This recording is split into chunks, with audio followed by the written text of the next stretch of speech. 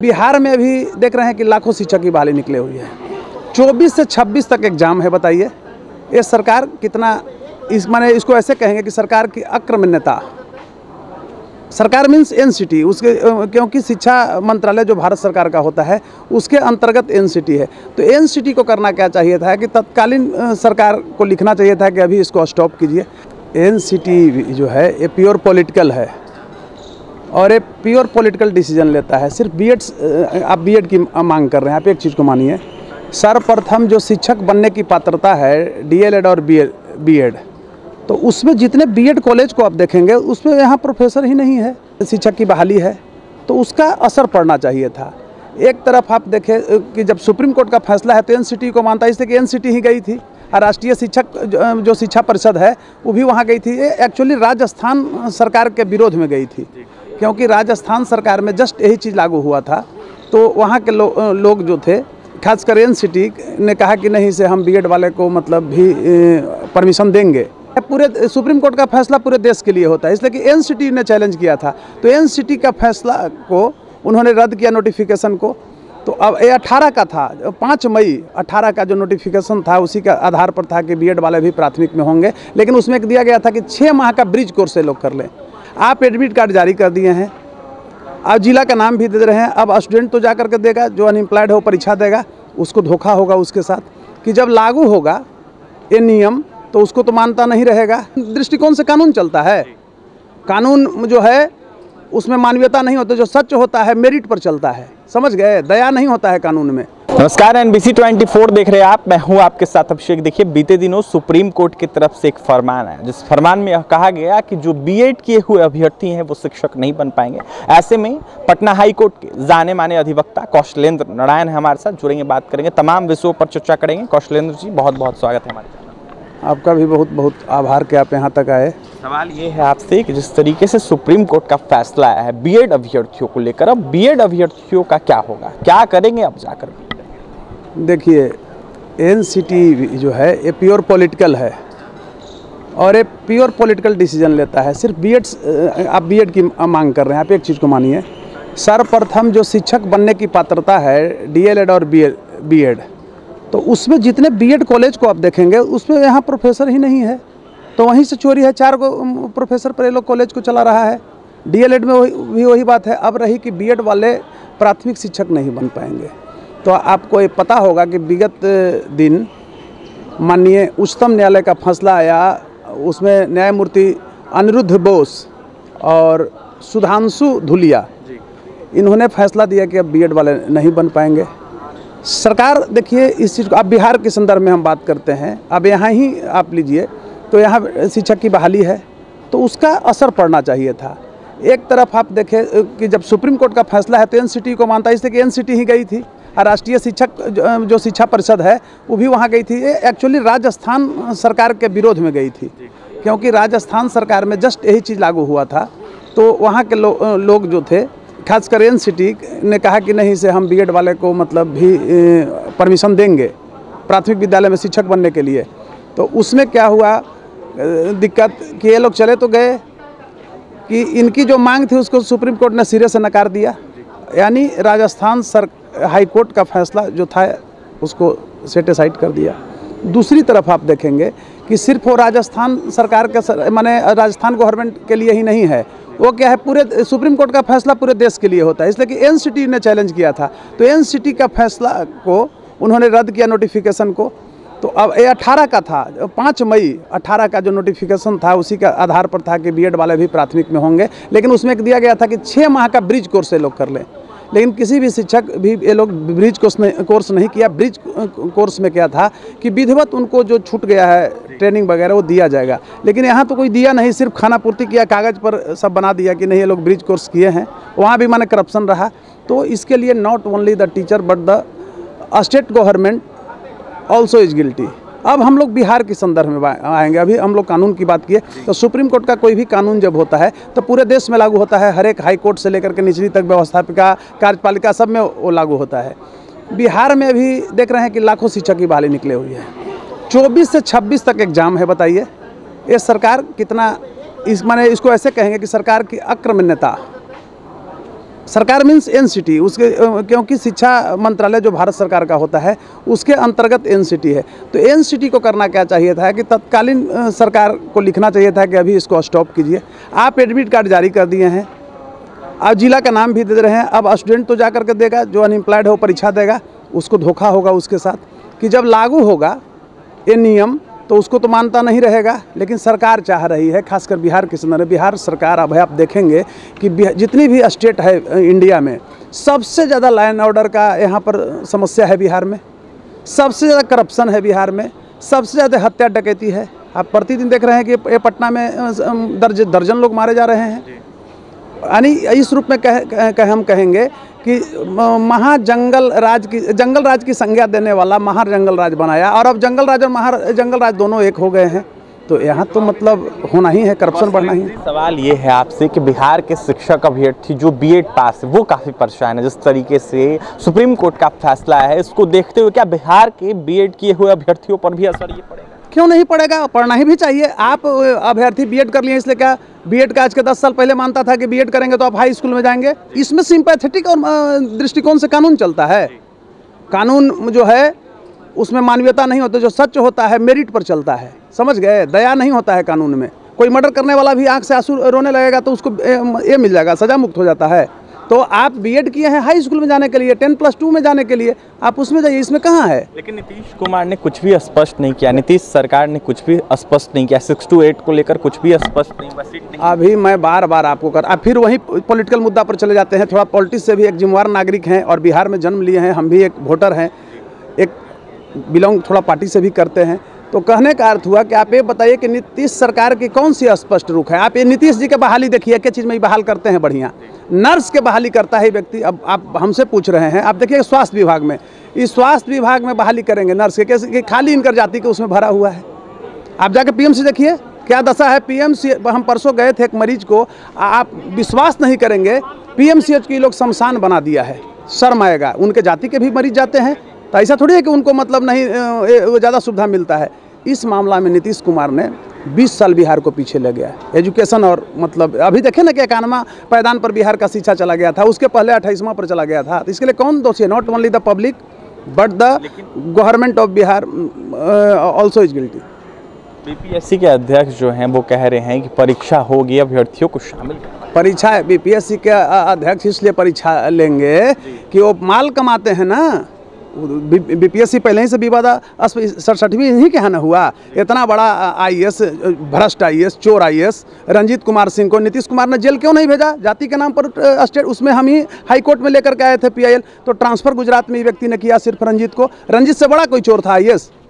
अगर नीतीश सरकार की नहीं रहती तो मतलब वो बच पाते? तो आप किस नीतीश कुमार की बात करते हैं? रंजीत को जाति के नाम पर इन्होंने बताया, रंजीत को जेल जाना चाहिए था बीपीएससी घोटाला में, हम ही पीआईएल लेकर के आए थे, तो गुजरात में धीरे से ट्रांसफर कर दिए। तो आप किस नीतीश की मानवीयता की बात करते हैं? देश का सबसे बड़ा भ्रष्ट मुख्यमंत्री नीतीश कुमार। अजी विधानसभा में जिसने कहा, यही तेजस्वी यादव ने कहा कि इनका एक पुत्र है, वो पुत्र का भी पता नहीं है कि इनके है कि नहीं है, जो इस तरह का चैलेंज दिया और उसको सरकार बनाने में मदद व्यक्ति करता है। तो ह्यूमिलिटी तो इस व्यक्ति के पास है ही नहीं, मोरलिटी नाम का चीज़ ही नहीं है। अब अच्छे लोग जो लड़ते हैं सरकार उसको फंसाती है, बहुत सारे राजनीतिकों के जेल भेजवाती है, इनकाउंटर करवा देती है। देखिए जो विरोध में पैदा होता है उसको मरवा देती है सरकार। आप ये बताइए कि बिहार को बर्बाद करने के लिए चपरासी को भी भाई चांसलर बना दिया है। कौन के? आरसीपी टैक्स लेते थे, नीतीश कुमार को देते थे, उस समय अच्छा लगता था। ये चोर मौसा, किस भाजपा की जमीर की बात करते हैं? देखिए वो आरसीपी को ले लिया, उसमें आरसीपी वहाँ माला फूल करेंगे। वो व्यक्ति फंसा हुआ है सीबीआई से बचने के लिए, भ्रष्टाचार से सरकार जेल जाने के बचने से। फिर भाजपा के पास गंगाजल है, वो तो छीट देगी तो भाई बच जाएंगे। तो आप अभी बीपीएससी कर रहे हैं, हम टू दी पॉइंट बात कर रहे हैं, आपका जो सब्जेक्ट मैटर है उस पर बात कर रहे हैं। बीपीएससी को तो फायदा होता है ना, वो परीक्षा कराने में करोड़ों रुपया वहाँ का चेयरमैन ले लेगा। सर सवाल ये है कि बीएड के अभ्यर्थी अगर परीक्षा दे देते हैं तो उन अभ्यर्थियों का फिर क्या? हम कहेंगे कि परीक्षा क्यों लेंगे, परीक्षा को स्टे करें। परीक्षा को स्टे करे। जब एनसीटी का जब पिटीशन रद्द कर दिया सुप्रीम कोर्ट, आपको बार बार हमने कहा कि न्यायमूर्ति अनिरुद्ध बोस और सुधांशु धुलिया की बेंच ने जब बीएड को अमान्य करार दे दिया, तो फिर परीक्षा लेने का सवाल ही कैसा है। एक सामान्य माने देश का नागरिक है, वो भी कानून को सम्मान करता है, जान रहा है कि इसमें अब कुछ नहीं होने वाला है, सुप्रीम कोर्ट का फैसला है, तो ये लोग लूट खसोट करने के लिए फिर भाई भतीजा करेगा, फिर कहेगा कि ज्वाइन करा लिए। कुछ स्टेट का भी अपना पावर होता है, पेमेंट ये लोग दे ही देगा, भाई भतीजा करेगा, जातिवाद करेगा, सिर्फ घुसाएगा 2 नंबर कर करके। 6 to 8 को लेकर सीट अगर दी जाती है तो क्या बीएड के अभ्यर्थी एकदम नहीं लेना चाहिए। सिरे से आपको पहले ही मैं बोला कि दया से कानून चलता है, कानून मेरिट से नहीं चलता है, वो सबके लिए बराबर होता है। कोई मर्डर आकर रोने लगेगा तो सजा मुक्त हो जाएगा, उसकी घड़ियाली आंसू होता है। तो बीएड में देखिए, बीएड जो करता है तो फिर डीएलएड को बंद कर देना चाहिए था। डीएलएड जो करता था उसको होता ही था कि प्राथमिक विद्यालय में होगा, बीएड वाले हाई स्कूल में जाएंगे। तो सरकार मतलब इस तरह से नौटंकी बना के रख दिया है, अभी तुरंत एग्जाम को मतलब स्टे कर देना चाहिए। तो मैं बार बार बोलता हूँ कि कोई ऐसा सगा नहीं जिसको नीतीश कुमार ने ठगा नहीं। ये व्यक्ति, आप एक छोटा सा बात कर रहे हैं, जातीय जनगणना की बात करता है, मैं स्पष्ट कर रहा हूँ, जातीय जनगणना की ये बात करते हैं कि हम ये कर रहे हैं। उनकी मुद्दा जातीय जनगणना में किसी का विकास नहीं है। ये नालंदा के छोड़ कर, एक जाति कुर्मी के छोड़ कर कहीं विकास किए हैं कोई जाति का? हमको बताइए। रेशियो देखिए जितना भरा हुआ है, पटना का पुलिस इंस्पेक्टर सब एक जाति को भर दिया तो क्राइम कहाँ से रुकेगा?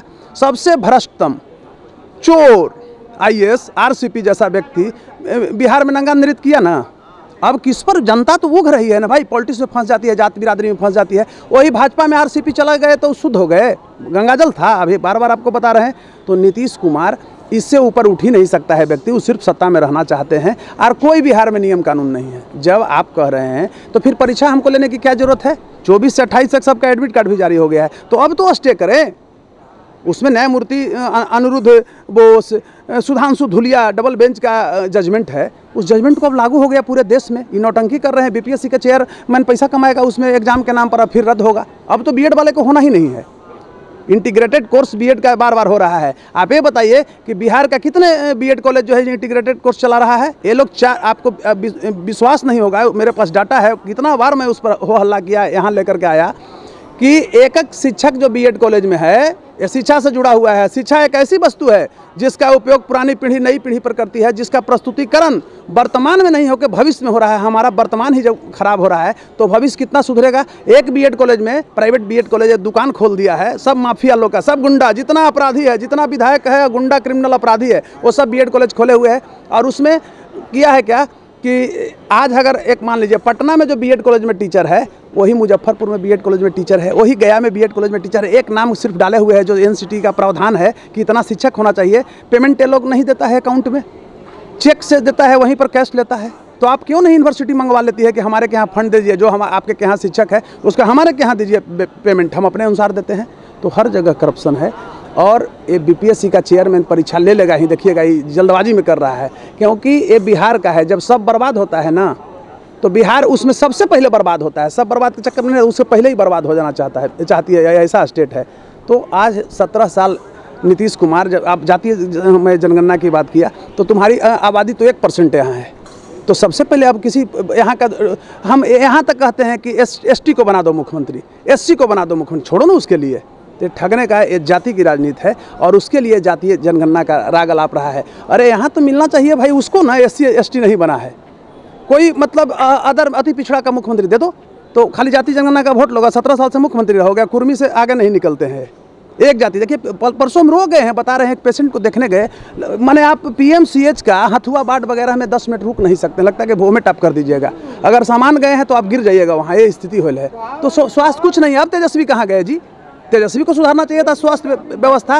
तो जो जिस तेजस्वी यादव ने कहा कि एक नीतीश कुमार का एक पुत्र पैदा है, वो भी नीतीश कुमार से पैदा है कि नहीं है, उससे जाकर के सरकार जब बना लिया, डिप्टी सीएम उसको बना दिया अपने मुख्यमंत्री बनने के लिए, तो उस व्यक्ति को, उतना घृणित व्यक्ति को, उतना मतलब महानालायक व्यक्ति को आप नाम लेते हैं। इससे हमारी संस्कार घटती है। सत्ता में आना जाना अलग चीज़ है। मोरल लेजिस्लेशन, कहावत है कि God may love those die young who die in social work. ईश्वर भी उन्हीं से प्यार करता है जो जवानी में मरता है और सामाजिक कार्य में मरता है। भगत सिंह लड़ा था, चंद्रशेखर आजाद लड़े थे, तो उनकी जाति थी, वो जाति देखते थे उनकी। चंद्रशेखर आजाद ब्राह्मण था और वो बेचारा जब मरा तो उसकी माँ गोबर, कल देखे ना स्टोरी जो निकला है, गोबर चुन करके खाया। और जब पूछा गया कि आपका बेटा मार दिया सवे में, तो कहा कि बेटा मारा गया, मेरा बेटा तो शहीद हुआ है भारत माँ की लाज बनाने। उसमें जाति थी। तो ऐसे पॉलिटिशियन, घृणित पॉलिटिशियन, ये लोग परिवार से ऊपर निकल ही नहीं रहा है।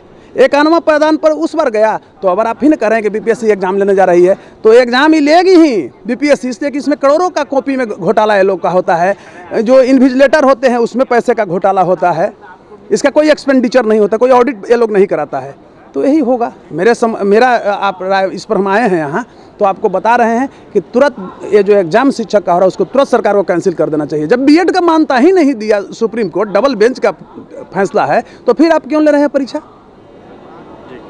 इसमें हम आपसे पूछ रहे हैं, एक सामान्य पब्लिक से भी आप सर्वे ले लीजिए कि यहाँ अंधा जो मैट्रिक पास होगा, फेल भी होगा, वो भी बता देगा कि भाई सुप्रीम कोर्ट का फैसला है, डबल बेंच का फैसला है, आप जा भी नहीं सकते हैं कहीं, तो फिर आप कैसे ले सकते हैं?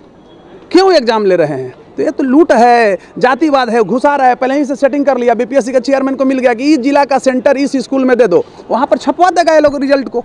बिहार में रिजल्ट छप रहा है 67वीं में, बिहार का सबसे घृणित आईएएस रंजीत कुमार सिंह, उस पर मैं यहाँ पीआई लेकर आया था। रंजीत कुमार सिंह को नीतीश कुमार क्यों बचाया? इसलिए कि उसके जाति का हुआ था, कुर्मी है रंजीत कुमार, उसको हम पटना कॉलेज जानते हैं। वो आईएएस भी बढ़िया से नहीं किया था, उस समय रंजीत डॉन का प्रोडक्ट है, उसको बेसिक कुछ ज्ञान है। और देखिए उसको जेल जाना चाहिए था, तो नीतीश कुमार जब हमारा आंदोलन हुआ, जब कोर्ट उस पर सक्रिय हुआ, तो बड़ी चालाकी से गुजरात कैडर में भेज दिया। ये व्यक्ति छोड़ा है जी, जितना शिक्षा विभाग से लेके कोई विभाग में सब एक जाति का होना चाहिए, वहाँ से उठा करके बिहार मंगा के पूरा करप्शन बढ़ाए हुए है।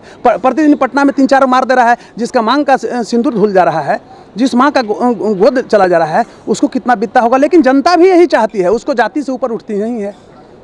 तो हम, और इस पर हम क्या कर सकते हैं? जो हमारा बेसिक मतलब सजेशन था, बेसिक जो मेरा आइडियोलॉजी था, वो आम जनमानस के बीच में आपके माध्यम से, क्योंकि मीडिया एक जन माध्यम का सबसे सशक्त रूप है, तो आपका उस रूप का मैंने भी सहारा लिया। आपने कहा तो मैं आया, और मेरा यही कहना है कि तत्काल जो है, जो बीपीएससी शिक्षक का एग्ज़ाम ले रहा है उसको रद्द करे और बीएड वाला को छांटे, कैंसिल करे। डीएल वाले को लो, सिर्फ उसमें क्या होगा देखिए कि करप्शन रुक जाएगा, बेरोजगारी कम बढ़ेगी।